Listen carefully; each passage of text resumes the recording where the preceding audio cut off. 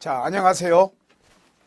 지금부터 우리 그 디지털 전자회로 이론에 관련되는 그 문제풀이를 오늘부터 진행하겠습니다. 그동안 우리 디지털 전자회로 이론을 전반적으로 쭉 같이 공부를 했습니다. 자, 그래서 문제풀이에 들어가기 전에 여러분들이 효율적으로 문제풀이를 학습하는 방법을 간략하게 말씀을 드리고 1장부터 진행을 하겠습니다. 자, 우선 그 가장 중요한 문제풀이 공부 방법은 우리 이론 시간에 공부했던 그 파트별로 각 장마다 그 본문에 들어가 있는 예제를 먼저 반드시 풀으셔야 됩니다. 그러니까 첫 번째 꼭 하셔야 되는 것은 우리 이론 본문 내용에 그 이론서 내부에 그 예제 있죠, 예제. 예제가 굉장히 중요합니다. 그렇죠? 여러분들이 예제를 하나도 빼지 않고 전부 풀으셔야 됩니다. 그 예제 내용들이 우리 시험 대비 위해서 뭐 공무원 시험이 됐든 뭐 경우에 따라서는 뭐 자격증도 병행하시는 분도 있기 때문에 자격증 공부가 됐든 뭐 학교 공부가 됐든 또 실무의 기초를 정리하기 위한 그런 공부 단계에 들어가 있든 반드시 예제를 풀으셔야 돼요. 반드시. 이게 우선 첫째로 선행이 돼야 됩니다. 그렇죠? 그래서 예제의 풀이를 여러분들이 쭉 한번 진행하면 결론은 1차적으로 공무원 시험 대비가 한번 끝난 겁니다. 그렇죠? 그래서 예제를 먼저 꼭 풀으셔야 된다는 걸 아주 제3 강조 드립니다. 자, 그런 다음에 두 번째는 이제 지금부터 진행이 되는 각 파트별로 아주 핵심적인 문제들을 중심으로 우리가 지금부터 문제풀이를 진행하겠습니다. 그래서 두 번째는 이제 각 장마다 우리가 예상이 되는 연습 문제를 통해 가지고 우리 전반적인 이론을 재복습하고 또 공무원 시험, 또 뭐 자격증, 국가기술 자격증 시험, 또 학교 시험, 요거에 대한 대비가 또 문제 풀면서 또 2차적으로 정리가 되는 겁니다. 그래서 연습 문제 풀이를 지금부터 진행을 쭉 하겠습니다.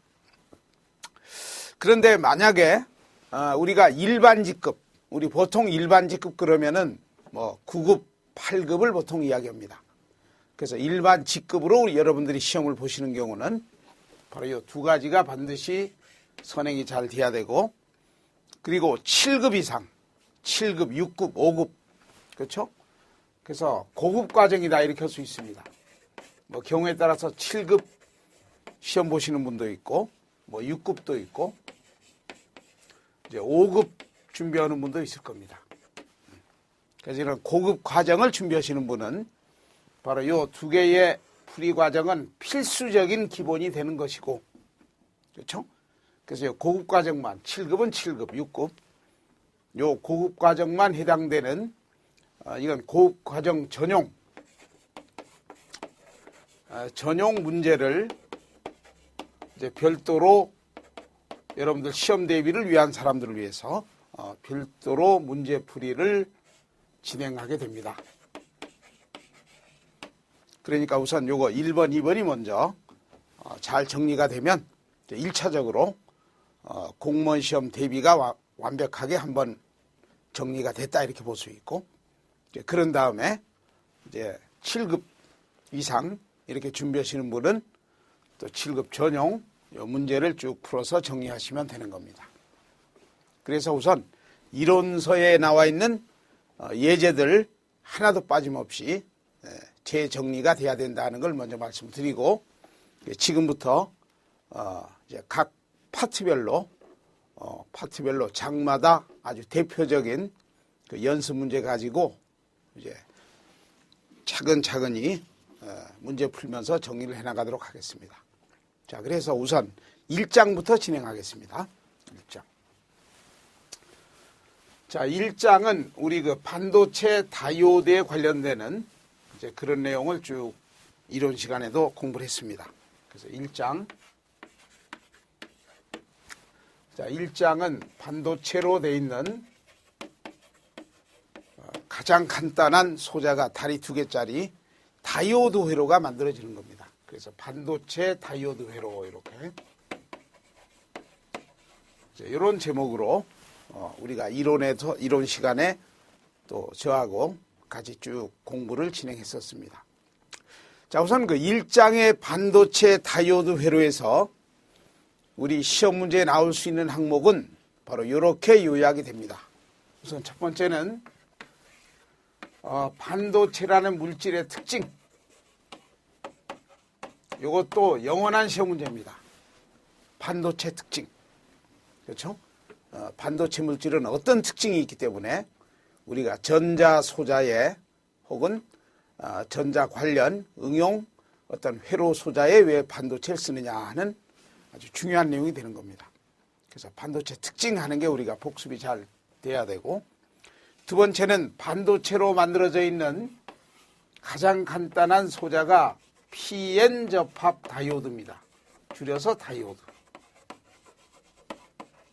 그래서 PN 접합 다이오드가 어떻게 만들어졌느냐.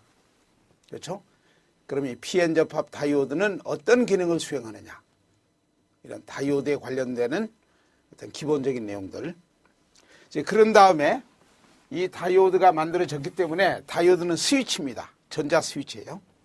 그래서 다이오드 가지고 어떤 회로 동작을 우리가 쭉 정의를 해야 되는데, 다이오드 가지고 회로 동작할 수 있는 아주 중요한 응용 파트가 바로 다이오드의 파형 정령 회로 하는 게 있었습니다.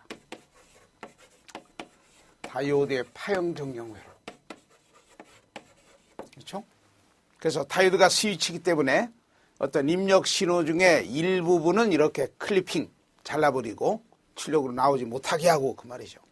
자기 원하는 파트만 이렇게 출력에 나오게 해주는 클리퍼 회로 하는 게 있었습니다.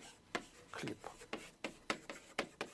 이것은 입력 신호 일부를 이렇게 잘라버리는 겁니다. 클리퍼는.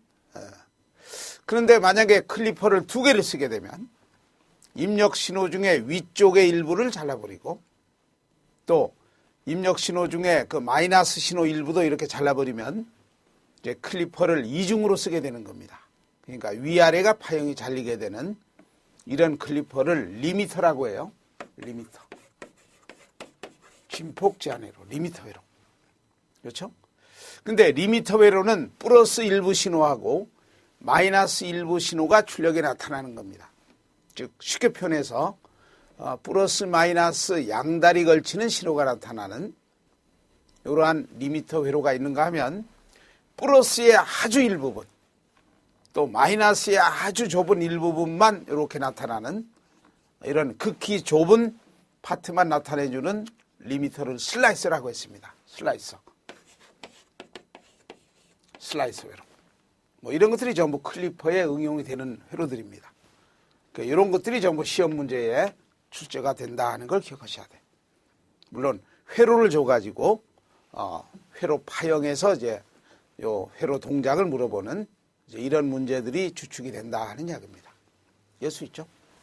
자, 근데 어떤 입력 신호를 이렇게 잘라내진 않고 입력 신호 파형은 그대로 출력으로 나오게 하되 입력 신호 파형을 위쪽으로 아래쪽으로 이동시켜 나가는 정형 회로가 있습니다. 그러니까 직류 전압을 이렇게 줘버리면 플러스 직류 전압을 재생해주면 파형이 위쪽으로 이동이 될 테고 또 마이너스 직류 전압을 이렇게 입력 신호에 부과시켜주면 파형은 밑으로 이동할 겁니다. 그래서 어떤 입력 신호 형태가 위쪽 아래쪽으로 이동이 되는 이런 정형 회로를 클램퍼 회로라고 합니다. 클램퍼. 그래서 이것을 우리는 직류 재생 회로 이렇게도 이야기를 합니다. 직류 재생 회로. 그래서 클리퍼, 클램퍼 이게 시험 문제에 꼭 출제가 되는 응용 파트가 되는 겁니다. 자, 그리고 또 한 가지는 정류 회로가 있습니다. 입력 신호 중에 원하지 않는 반쪽 파형은 나오지 못하게 한다든지 이렇게 일부분을 이제 정류시켜 버리는 것. 그래서 반파정류, 전파정류 이렇게 해가지고 결국은 직류 만들 때 사용이 되는 이 정류회로는 우리 2장에서 다루게 됩니다. 전원회로 하는 파트에서. 그래서 그 부분은 2장에서 공부하기로 하고 바로 이런 내용들이 이제 여기서 시험지에 나오게 되는 것이고, 그리고 마지막은 특수 다이오드입니다. 일반 다이오드가 아니라 특수 다이오드. 그렇죠? 특수 다이오드 중에 이제 3대 특수 다이오드 그러면 제너 다이오드가 있고 터널 다이오드가 있고 또 바렉터 다이오드가 있습니다. 이 세 가지 중에 항상 뭐 하나가 시험 문제의 대표로 이렇게 출제가 됩니다. 그리고 9가지 같은 경우는 이걸 묶어가지고 통째로 묶어가지고 어떤 특성 비교라든지 이렇게 종합적으로 물어보는 그런 시험 문제가 출제가 되는 겁니다. 특수 다이오드. 그렇죠? 그래서 그 3대 특수 다이오드 말고 뭐 우리 빛이 나오는 발광 다이오드 하는 것도 있고 또 포토 다이오드 하는 것도 있고, 그렇죠? 뭐 이런 다양한 또 특수 다이오드들이 같이 병행이 돼서 공부가 돼야 되고, 그리고 반도체로 되어 있는 어떤 온도 센서라든지 또 과전압을 감지하는 전압 센서라든지 또 태양전지라든지 이런 별도의 반도체의 어떤 응용들이 또 같이 부과가 된다, 이렇게 보시면 되는 겁니다. 그래서 1장은 바로 이런 내용들이 시험문제 출제가 되기 때문에 우리 이론 시간에 이런 내용을 기본으로 자, 지금부터 이제 문제풀이를 진행해 보겠습니다. 자, 우리가 지금 사용하게 되는 이 문제풀이의 내용들은 우리 이론 시간에 사용했던 디지털 전자회로 하는 이론 시간에 사용했던 그 이론 교재의 장 그 말미에 이렇게 연습 문제로 부과가 되어 있습니다. 그렇죠? 그래서 별도로 여러분들 문제풀이 교재 구입 안 하시더라도 그 이론 교재의 그 문제풀이를 이렇게 진행하시면 되는 겁니다. 자, 그래서 51페이지부터 1장의 반도체 다이오드 회로 하는 이런 문제들이 이렇게 진행이 되는 겁니다. 자, 그래서 지금부터 한번 해보겠습니다. 자, 반도체 특징하는 내용부터 지금부터 이제 문제 풀면서 정리를 해 나가도록 하겠습니다. 자, 1번에 나오는 문제는 반도체 물질의 특성 중에 틀린 것은 어느 것이냐. 자, 여러분들 반도체가 뭡니까? 이렇게 물으면 도체와 부도체의 양면성을 갖고 있다. 기본이에요.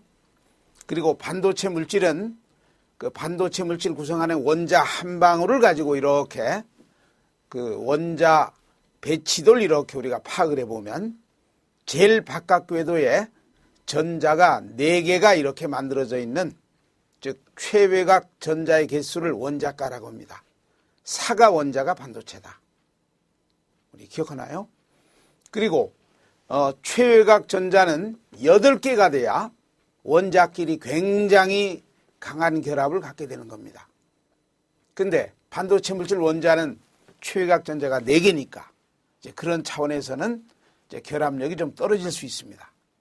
그렇기 때문에 원자끼리 결합을 강하게 갖기 위해서는 좌우 상하에서 전자 하나씩을 서로 빌려주고 빌려오는 공유 결합의 구조를 갖고 있다 하는 특성을 갖고 있었습니다. 그리고 반도체는 뜨거워지면 온도가 내려갑니다. NTC, 부온도 개수다. 그런 이야기예요. 그래서 그 4가지는 아주 기본적인 어떤 물성이 되는 겁니다. 그런데 그 중에 이런 게 하나 있었습니다. 반도체 물질에 불순물을 많이 집어넣으면, 그러니까 반도체는 4가 원자인데 실리콘이나 게르마늄이 대표적인 반도체 물질 아니에요? 4가 원자인데 5가 원자라 3가 원자 같은 불순물 원자가 들어오면 그땐 공유 결합이 좀 약화가 됩니다. 그래가지고 불순물을 많이 집어넣어가지고 공유 결합력을 일부러 좀 약화시켜가지고 아주 손쉽게 자유전자와 전공의 캐리어를 쉽게 만들어낼 수 있어요. 그러니까 반도체는 불순물을 많이 집어넣는다. 집어넣는다는 말을 우리 전문적으로 도핑이라고 합니다.